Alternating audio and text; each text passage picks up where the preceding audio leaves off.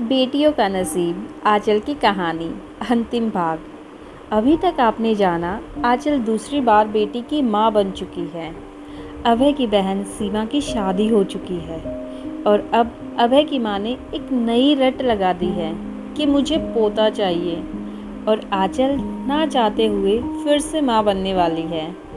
अब आगे। उन्हीं दिनों प्रिया की शादी पक्की हो गई। आंचल का दिल चाहता था कि कहे कि लड़के और उसके परिवार की अच्छी तरह पता करे। प्रिया बहुत प्यारी है, मगर ना तो उससे किसी ने पूछा और ना बताया। वह तो बस ईश्वर से प्रार्थना ही कर सकती थी।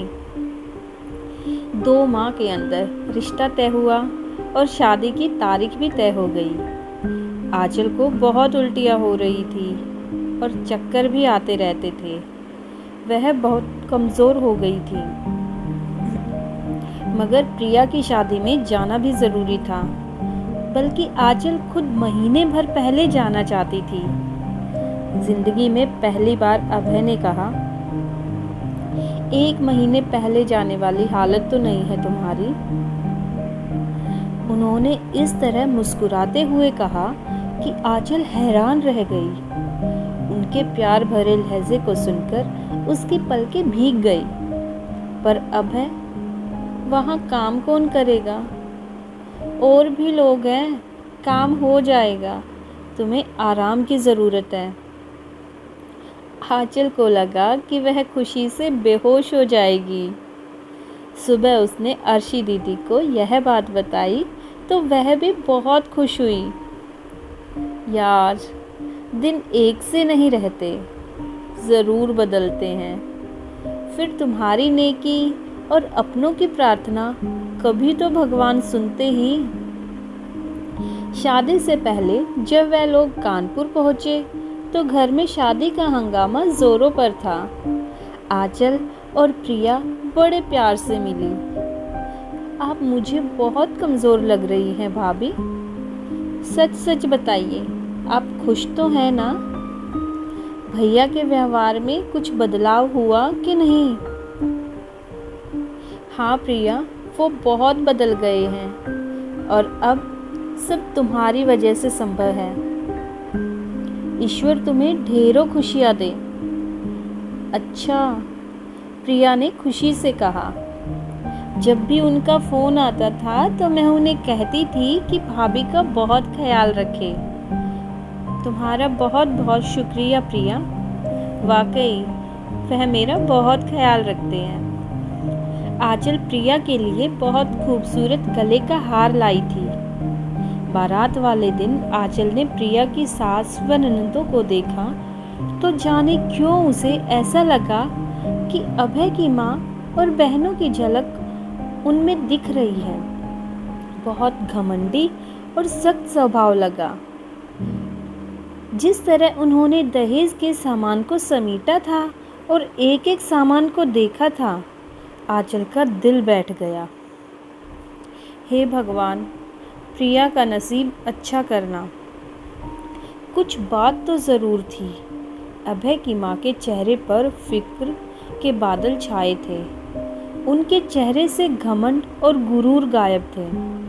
अभय और पिताजी भी बहुत परेशान लग रहे थे। रिसेप्शन के दिन भी किसी के चेहरे पर खुशी नहीं दिख रही थी। प्रिया भी चुप चुप सी थी, जाने किस सोच में डूबी लग रही थी। चेहरा पीला पड़ रहा था। यह चेहरा एक रात की दुल्हन की तरह तो बिल्कुल नहीं था, जो अपने पति के प्यार और हमराही में गुजार कर आई हो। जाने क्यों आंचल को अपनी सुहागरात याद आ गई और वह काँप गई। पर अंदर से जैसे कोई कह रहा था, जैसी करनी वैसी भरनी। नहीं नहीं, प्रिया बेकसूर है, उसे भी वही सब ना सहना पड़े। आंचल सोच रही थी और ईश्वर से प्रार्थना किए जा रही थी। अगले दिन जब आंचल और अभय ने जाने की तैयारी की तो अभय की माँ पर जैसे जुनून सवार हो गया। अभय, इसे कह दो, अगर इस बार भी बेटी हुई तो तुम इसे तलाक दे दोगे। मैं तुम्हारी दूसरी शादी कर रहूँगी। इसे सारी उम्र अपने मायके में बैठना होगा। अभय को शायद माँ की बात अच्छी नहीं लगी थी। मम्मी, ईश्वर के आगे किसकी चलती है? बच्चे तो भगवान की देन है। मैं अपनी मर्जी चला कर दिखाऊंगी, तुम्हारी दूसरी शादी करूंगी। और आंचल उनकी बातें सुनकर थर थर काँपे जा रही थी और इससे पहले कि वह बेहोश होकर गिर जाती, सोफे पर बैठ गई। आंखों के आगे अंधेरा छा गया था। आंचल को कुछ सुनाई नहीं दे रहा था। अभय ने किसी से ग्लूकोज घोलकर मंगवाया और उसे जल्दी से पिलाया। तभी प्रिया और उसके पति आ गए और प्रिया आंचल की हालत देखकर परेशान हो गई। कुछ देर तक तो कुछ समझ ही नहीं पाई कि क्या हुआ है। अभय ने प्रिया के पति को जल्दी से ड्राइंग रूम में बिठाया। घर की काम वाली से प्रिया ने पूछा तो उसने सारी बातें बताई। सब कुछ सुनकर वह परेशान हो गई। आखिर मम्मी भाभी के साथ ऐसा व्यवहार क्यों करती है? उनका क्या कसूर है और क्या ऐसी बातें इंसान के हाथ में है? आंचल ने जल्दी से खुद को संभाला और प्रिया को ड्राइंग रूम में ले जाकर बैठने के लिए कहा और खुद किचन में चली गई। आंचल ने जल्दी से चाय बनाई और ट्रॉली में नाश्ते का सामान सजाकर ड्राइंग रूम में ले गई। परी और पलक भी बुआ को देखकर बहुत खुश हो रही थी। आंचल सबको मुस्कुराते हुए चाय नाश्ता दे रही थी, जैसे कि अभी थोड़ी देर पहले कुछ हुआ ही नहीं। उस दिन अभय भी बहुत चुपचाप से लगे। प्रिया एक दिन के लिए पग फेरे के लिए आई थी और उसकी माँ ने ऐसा हंगामा किया था। घर के सभी लोग उससे नाराज़ थे, मगर अभय की माँ को किसी की भी परवाह नहीं थी। वह तो अपने तलवों के नीचे रखती थी सबको। उन्हें घर में आई हुई बेटी और दामाद की भी परवाह नहीं थी। फिर सब कुछ छोड़कर वह लोग दिल्ली आ गए। अभय की छुट्टी ख़त्म हो गई थी। वो लोग वहाँ नहीं रुक सकते थे और ना ही आंचल में हिम्मत थी कि वह वहाँ रुकती। इस बार घर आकर आंचल बिल्कुल खामोश हो गई थी। अभय से भी बस ज़रूरत हो तभी बात करती थी। उसे हर पल एक डर लगा रहता था। जैसे जैसे वक्त गुजर रहा था, उसका दिल बैठा जाता था और उसने देखा था कि अभय भी बहुत परेशान और चिंतित है। आंचल इधर उधर देख रही थी कि अभय बहुत खामोश रहते हैं। उसने सोचा, भला वह क्यों परेशान है? उन्हें तो खुश होना चाहिए कि उन्हें नई दुल्हन मिल जाएगी। बहुत दिनों से वो उनसे बात करना चाहती थी, पर हिम्मत नहीं कर पा रही थी। मगर एक रात जब वह सारे काम समेटकर अपने कमरे में आई तो देखा कि अभय किसी गहरी सोच में डूबे हुए हैं। उन्हें उसके आने का पता ही नहीं चला। कुछ दिनों से परी और पलक अलग कमरे में सोती थी और वो कब की सो चुकी थी। आंचल ने नाइट सूट पहना और बिस्तर पर आ गई। उसने आवाज़ लगाई, अभय, कुछ परेशान लग रहे हैं। कुछ परेशान? बहुत परेशान हूँ। अच्छा, वह चौकी फिर हिम्मत करके बोली, मैं आपकी परेशानी की वजह समझती हूँ। अभय, एक बात कहूँ? उन्होंने चौंक कर देखा। क्या समझती हो? कहो। आप वादा कीजिए आप मानेंगे। ऐसी क्या बात है, पहले बोलो तो सही। अभय, आप मुझे तलाक दे दीजिए। क्या? वह हैरान होकर उठकर बैठ गए। तुम्हें ऐसा ख्याल क्यों आया? मैं जानती हूँ अभय, मुझे बेटा नहीं होगा। मैं आजकल कितनी परेशान हूँ, आप नहीं समझ सकते। शायद यही सोचकर आप भी परेशान हैं कि अगर तीसरी बार भी बेटी हुई तो। वह मुस्कुराए और बोले, पगली, ईश्वर के काम में कौन दखल दे सकता है? अगर तीसरी बार बेटी को आना होगा तो वह आएगी ही। आंचल ने अभय को हैरानी से देखा और कहा, फिर आप हर समय क्या सोचते रहते हैं? मैं जो सोचता हूँ मैं बाद में बताऊँगा, मगर तुम बताओ, तुमने इतनी बड़ी बात सोची भी कैसे? अभय की निगाहों में दुख दिख रहा था। आंचल ने उनकी ओर देखा और फूट फूट कर रो पड़ी। अभय, मैं थक गई हूँ, मैं बिल्कुल हार चुकी हूँ, मुझसे अब बर्दाश्त करने की बिल्कुल शक्ति नहीं है। और अभय ने बेइख्तियार उसे अपनी बाहों में समेट लिया। बेकार बातें मत करो, तुम मेरी पत्नी हो, मेरे बच्चों की माँ, और मुझे अपनी जान से बढ़कर प्यारी हो। क्या क्या आप सच कह रहे हैं? रोना भूलकर उसने बड़ी हैरानी से अभय को देखा। आंचल को अभय की बात पर यकीन नहीं हो रहा था और अभय ने देखा वह रोती हुई मासूम और हैरान चेहरे के साथ बहुत प्यारी लग रही थी। अभय ने उसकी भीगी पलकों को चूम लिया। आंचल, मैं सच कहूँ तो बहुत दिनों से मैं अपने ज़मीर की अदालत में खुद को गुनहगार पा रहा हूँ। तुम्हारे साथ मम्मी जी ने जो किया और फिर मैंने जो तुम्हें तकलीफ़ दी, उसकी तो कोई भरपाई नहीं हो सकती, मगर तुम्हारे सब्र और बर्दाश्त ने मेरा दिल जीत लिया है। तुम्हारे मायके वाले सभी बेहद अजीज हो। मैं जानता हूँ मैं तुम्हारे काबिल तो नहीं हूँ, पर तुम्हारी 2 बेटियों का पिता तो हूँ। इसी नाते मुझे माफ़ कर देना।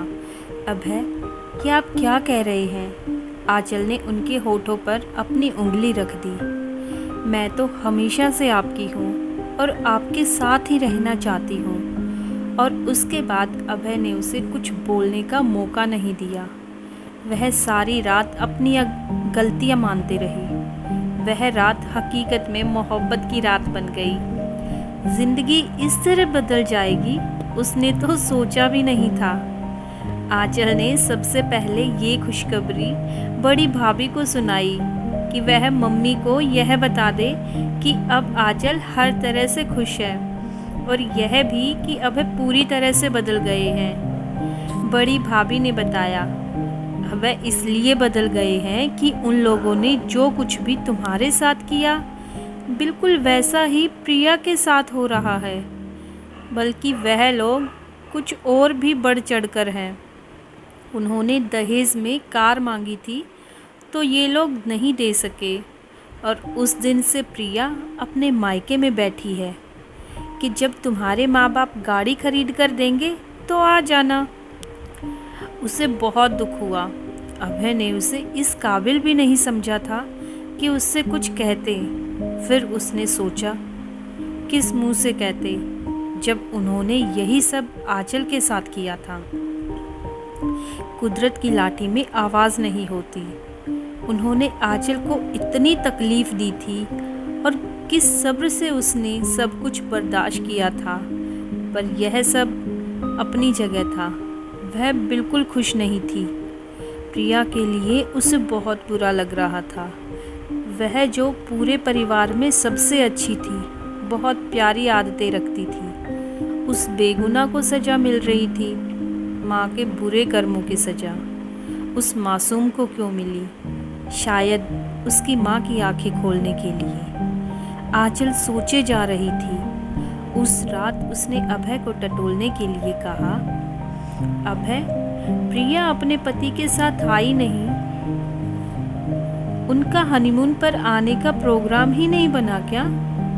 हनीमून? तुम हनीमून की बात कर रही हो? यहाँ उनके तलाक की बात चल रही है। इतनी बड़ी बात हो गई और आपने मुझे बताया ही नहीं। क्या बताता तुम्हें? तुम सिवाय परेशान होने के और क्या कर सकती थी? मगर वजह क्या है? आंचल ने सब कुछ जानते हुए भी पूछा, क्योंकि वह अभय के मुंह से सुनना चाहती थी। वजह वही। अभय हिचकिचाए। क्या? बताइए ना। बस यार, यूँ समझ लो, जो कुछ हमने तुम्हारे साथ किया वही प्रिया के साथ हो रहा है। क्या? उसके साथ तो बहुत कुछ हुआ है। वह सुनना चाहती थी कि प्रिया के साथ क्या हुआ है। यार, पापा ने उन्हें गाड़ी देने का वादा किया था। पापा ने अपनी गाड़ी बेचकर और कुछ रकम मिलाकर उन्हें कार देने का वादा किया था, पर वह लोग बड़ी गाड़ी चाहते हैं। आजकल तो गाड़ियाँ बहुत महंगी हो गई हैं। अबे, हमारी गाड़ी कितने में बिक जाएगी? क्यों? इसे बेचकर आप प्रिया को गाड़ी खरीदकर दे दीजिए। नहीं आंचल, अब इतना भी जलील मत समझो मुझे। नहीं अभय, अगर प्रिया की ज़िंदगी की खुशियों की कीमत हमारी गाड़ी है तो इसमें कोई हर्ज नहीं। आप कोशिश कीजिए, हम बाद में कोई छोटी गाड़ी खरीद लेंगे। भगवान जानते हैं आंचल, गाड़ी की डिमांड मेरी तरफ से कभी नहीं थी। वह तो मम्मी को जुनून सवार था। मैं तो अपने दिल में बहुत शर्मिंदा हुआ था और आंचल को किसी सफाई की ज़रूरत नहीं थी। वह अच्छी तरह जानती थी कि उन्होंने अपनी मम्मी का कितना साथ दिया था। इस वक्त वह कोई बात नहीं सोचना चाहती थी। अभय ने गाड़ी बहुत अच्छी कंडीशन में रखी थी, इसलिए अच्छे दाम पर बिक गई। फिर अभय के पापा की कार को बेचकर मिली रकम को मिलाकर बहुत अच्छी गाड़ी खरीदी गई। उन दिनों आंचल को सफ़र करने से मना किया था डॉक्टर ने, फिर भी वह कानपुर जाने के लिए तैयार हो गई। उसे बहुत खुशी महसूस हो रही थी। आज उसे एहसास हो रहा था कि सही मायने में किसी के काम आना क्या होता है। लेकिन अभय खुश नहीं थे। उन्हें आज आंचल के भाइयों का ख्याल आ रहा था। उन्होंने कदम कदम पर उनकी शादीशुदा ज़िंदगी को संभालने के लिए सहारा दिया था। आंचल को अभय का यह रूप अच्छा लग रहा था। कानपुर पहुँचते पहुँचते रात हो गई। अभय की माँ बहुत कमज़ोर लग रही थी। प्रिया को जब सारी बातें पता चली तो उसने बुरी तरह रोना शुरू कर दिया। बड़ी मुश्किल से आंचल ने उसे चुप कराया। उसे तो पहले ही अपनी भाभी पर होने वाली जातियों का एहसास था। उसे पता था उसकी भाभी कितनी अच्छी है और अब तो वो आंचल की अच्छाई के आगे नतमस्तक हो गई। अगले दिन प्रिया के ससुराल वाले उसे आकर ले गए। प्रिया के पति का चेहरा चमक रहा था और आंचल जानती थी कि प्रिया और सबके दिल पर क्या गुजर रही है। अभय की माँ को ज़िंदगी ने ऐसा आईना दिखाया था कि उनके सारे कस बल निकल गए थे। उस दिन पहली बार अभय ने आंचल को कहा, चलो आंचल, तुम्हारे मायके चलते हैं। लेकिन गाड़ी तो नहीं है। वह हिचकिचाई। कोई बात नहीं, हम टैक्सी कर लेंगे। और जब आंचल अचानक अपने मायके पहुंची तो सब हैरान हो गए। सबकी खुशी देखते ही बन रही थी। आंचल ने बताया, इस बार हम हवाई जहाज़ से आए हैं। डॉक्टर ने सफ़र के लिए मना किया था ना, इसलिए। भाभी ने उसे शक की नज़र से देखा। उन्हें उसकी बात पर यकीन नहीं आ रहा था, मगर आंचल के चेहरे पर जैसे इत्मीनान की खुशियों की चमक थी। ईश्वर उसे हमेशा खुश रखे, भाभी ने मन ही मन भगवान से प्रार्थना की। अभय उस रात वहीं रुक गए और सब लोग बहुत खुश थे। आंचल परेशान हो रही थी कि अगर इस बार भी बेटी, पर अभय उसे बहुत तसल्ली दे रहे थे। देखो, बेटी ईश्वर का वरदान है। फिर आज के ज़माने में बेटे और बेटी में फ़र्क ही क्या है। और बेटियां तो माँ बाप की हमदर्द होती हैं, मगर अभय बेटियों के नसीब से डर लगता है। और उसी रात आंचल को हॉस्पिटल ले जाना पड़ा और इस बार उसे बेटा हुआ। सब लोग बहुत खुश थे। बड़े भैया ने आंचल के ससुराल में फ़ोन करके बताया और सबको बहुत हैरानी हुई जब अभय के पिता के साथ उसकी माँ भी आई, फल और मिठाइयों की टोकरी के साथ। उन्होंने खुद से आगे बढ़कर सबका मुंह मीठा कराया। प्रिया भी अपने पति के साथ आ गई और माहौल और भी अच्छा हो गया। शायद उसका पति भी दिल का बुरा नहीं था। और आंचल सोच रही थी कि उसका बेटा कितना खुशनसीब है, सबके लिए खुशी लेकर आया है। आपको मेरी आज की कहानी अच्छी लगी हो तो वीडियो को लाइक एंड शेयर ज़रूर कीजिए। जब तक आपने चैनल को सब्सक्राइब नहीं किया है तो जाके चैनल को सब्सक्राइब ज़रूर कीजिएगा। Thanks for watching.